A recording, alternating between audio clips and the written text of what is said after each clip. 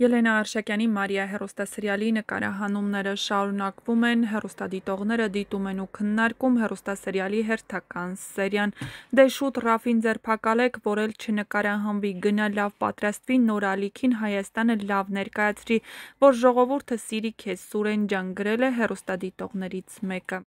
Նենց եմ ուզում տեսնեմ, թե վերջապես երբ են Ռաֆին տանում բանտ, Ռուբեն դու շատ վատ ես վարվում քո կողմից, նա շատ սխալ է լինել անինքնասեր,